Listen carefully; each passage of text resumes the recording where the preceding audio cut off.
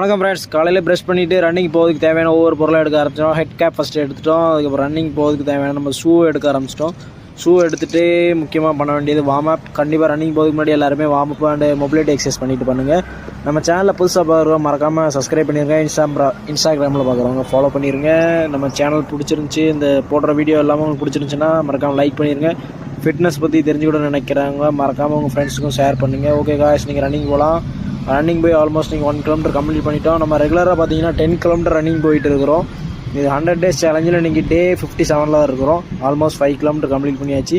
இன்றைக்கி என்ன ஸ்பேஸில் நம்ம ஓடி இருக்கோன்னு பார்த்தீங்கன்னா ஆல்மோஸ்ட் 10 கிலோமீட்டர் கம்ப்ளீட் பண்ணியாச்சு. ஸ்பேஸ் பார்த்தீங்கன்னா அந்த டைமிங்கில் தான் நம்ம இன்றைக்கி ஒரு ரன்னிங் முடிச்சிருக்கோம். ரன்னிங் முடித்த உடனே ஒரு 5 நிமிட்ஸ் ரெஸ்ட் எடுத்துக்கோங்க. ரெஸ்ட் எடுத்து முடிச்சுட்டு மொபிலிட்டி எக்ஸசைஸ் பண்ணுங்கள். மொபிலிட்டி எக்ஸசைஸ் பண்ணதுனால என்ன ஒரு பலன் கிடைக்கும் அப்படின்னு பார்த்தீங்கன்னா இந்த இதில் சொல்கிறேன் பாருங்கள்.